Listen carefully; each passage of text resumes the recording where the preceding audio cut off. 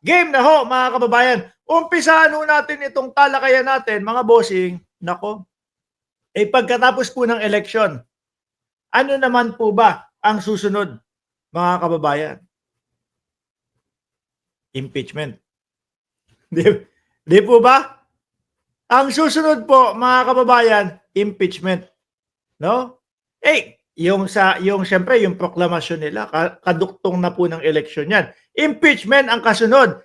Mangyayari nga daw ho ito, mga boss, Chief Amos, pagkatapos ng SONA ng Pangulo, mga bossing. So ngayon, para po doon sa mga kababayan natin, bakit nga ba nai-impeach si Inday Sara Duterte? No? Ano nga ba ang kasalanan, ang mga dahilan kung bakit nai-impeach o bakit na-impeach si Inday Sara Duterte? Si Marcoleta. Si Marcoleta, isa sa pag-uusapan natin.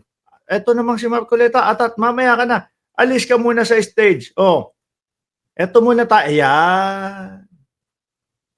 Isa po sa dahilan, mga kababayan, kung bakit na-impeach ang Vice Presidente ay dahil po doon sa confidential funds, mga kababayan. Ayan. Sabi ng mga DDS, confidential funds na naman. Hanggat hindi sinasagot to, hindi matatapos to. No? Hanggat hindi natatapos o nililitis itong impeachment complaint na ito, hindi matatapos to. No, DepEd, OBP, Department of Education at OBP, Disbursing Officer, Security Officer, handled confidential funds, mga kababayan.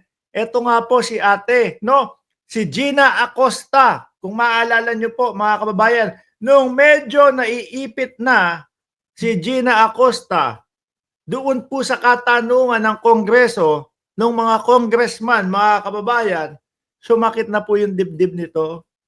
No? Nag-inarte na po, mga kababayan. Siyempre, takot niya lang kay Inday Sara Duterte. Ang tingin ko ho dito sa mga to, mga boss Chief Amos, sir, bago pa lang ho pumunta sa Kongreso, may usapan na to. Basta pag ipit na kayo, masakit na ang dibdib ninyo. Basta kapag hindi nyo na kaya at mabubuko na tayo,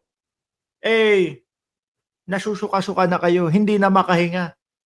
O, di ba? Ganyan ho ang naging style nila, mga boss Chief Amos, sir. Ano po ba yung sinabi ni Gina Acosta, mga bossing, doon sa Congress? No? Ang sinabi niya doon, mga kababayan, security officer ni Inday Sara Duterte yung pumipick up ng pera, no? At hindi niya na alam kung saan napupunta. Di po ba? Biruin mo ha, security, officers ang pumipick up. Basahin kong mabilisan ho ito, mga bossing. Ayan din, si Edward Paharda. Composite photo shows former Department of Education Special Disbursing Officer Edward Paharda. Siya, yung saan ba to? Si Edward Paharda, yung sa DepEd. At ito naman sa OBP, si Gina Acosta, yung nag-aabot, nagbibigay, nagdi-disburse, mga kababayan. Yan na naman. Ay, kumandidato pala si Inday. Panalo pala si Inday. Ano ba, pagka mayor, senator, saan nanalo? Saan nanalo pala, Yakpit. Uy, kayo nga, ang kulit nyo nga. Pito talo sa inyo, kasama kasama yung nagbebenta ng libro. Kasama yung nagtitinda ng libro, 7 ang talo sa inyo. Ano ba kayo? Tapos kami iiyak?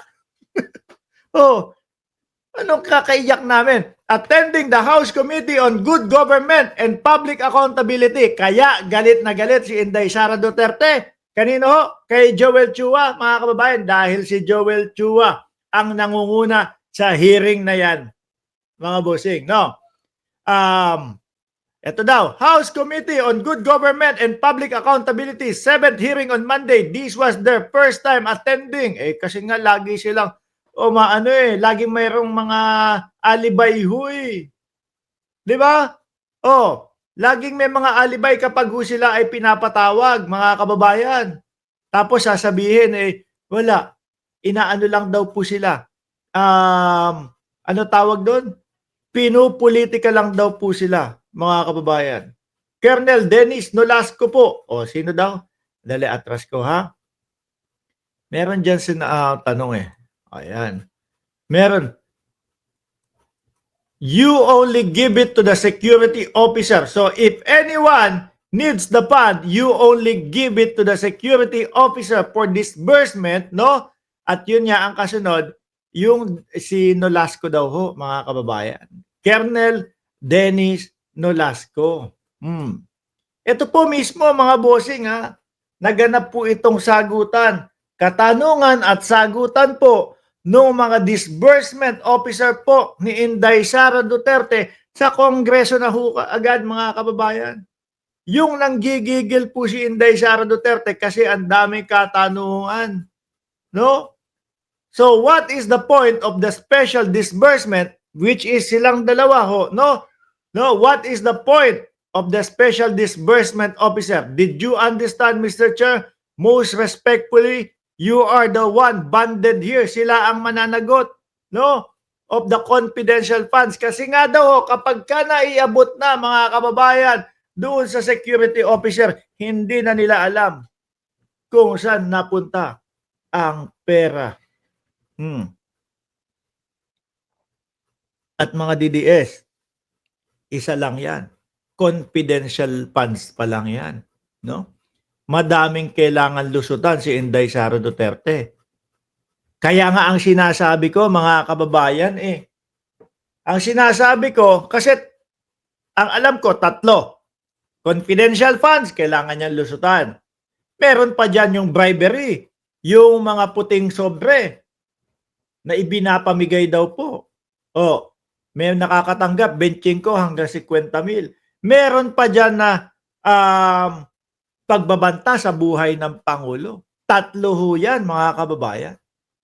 Kapag yung confidential funds nakalusot, may 2 pang kailangan lusutan. Isa man lang po dyan, mga kababayan, ang hindi lumusot, impeach si Inday Sara Duterte. Kaya nga po, lagi kong sinasabi, nako, sabihin natin doon sa mga senador natin, lahat ng boboto. Di po ba, mga kababayan? Lahat ng boboto sa inyo, maging dapat kayo, transparent kayo sa mamamayang Pilipino.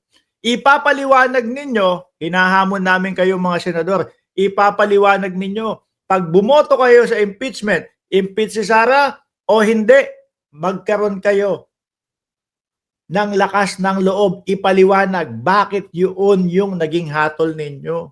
Hindi pwede yung tahimik lang. Wala, sige, basta bumoto ko, okay na yan. Hindi ubra yun. Kawawa ang mamamayang Pilipino sa inyo kapag kaganon. Di ho ba, mga kababayan? Kawawa ang mamamayang Pilipino kasi may mga senador dyan, iboboto na wag ma-impeach si Inday Sara Duterte dahil kaibigan nila. Robin Padilla, Bato de la Rosa, sila Bongo. Ay, hindi sila sigurado kay Bongo. Dahil si Bongo nangangarap maging presidente. Baka si Bongo pa ang mag-impeach kay Inday Sara Duterte. Ano po? Dahil nangangarap si Bongo maging presidente. Para maging patas kayo sa mamamayang Pilipino, huwag kayong magtago doon sa, okay na, hindi naman kailangan ipaliwanag sa kanila. Basta ibinoto kita, no? Na huwag ma-impeach ka. Yung pala ang dahilan lang, kaibigan nila si Inday Sara Duterte. Kaya yan ang ipupush natin. Yan ang kukulitin natin sa mga senador. Maging transparent sila sa mamamayang Pilipino. Di ba? Ibinoto ko po si Inday Sara. Madali lang naman yan Panigurado lahat kayo. Kung tututukan nyo yung investigasyon, ia-analyze nyo yung mga ebidensya, ia-analyze ninyo yung mga depensa nila Inday Sara Duterte. Magkakaroon kayo ng konklusyon kung ano yung magiging boto ninyo. Di ba? Ibinoto ko po si Inday Sara Duterte na wag ma-impeach kasi po yung pinapakita nila doon sa confidential funds na mga resibo hindi po totoo, hindi galing sa OBP. Take note, galing yan sa OBP, galing yan sa Department of Education, no? Na ipinasa sa COA na ang COA ay isinubmit sa Congress.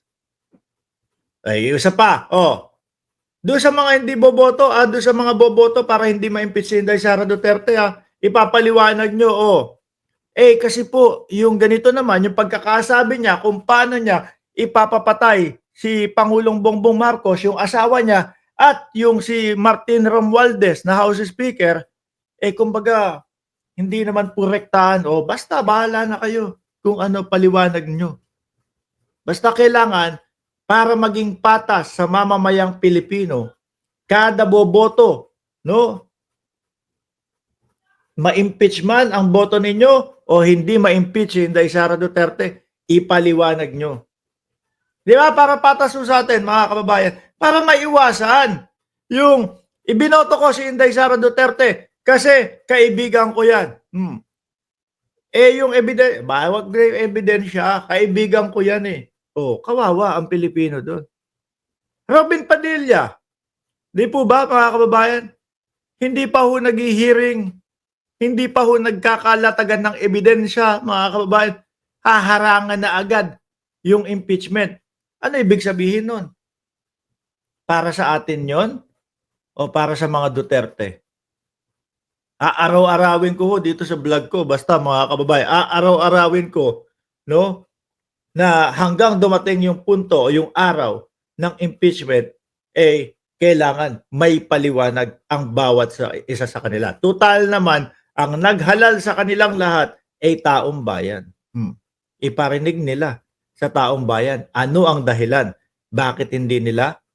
Bakit inimpeach si Inday Sara Duterte? Or bakit hindi nila inimpeach si Sara Duterte? Ganun lang ho yun, mga kababayan. Di ba?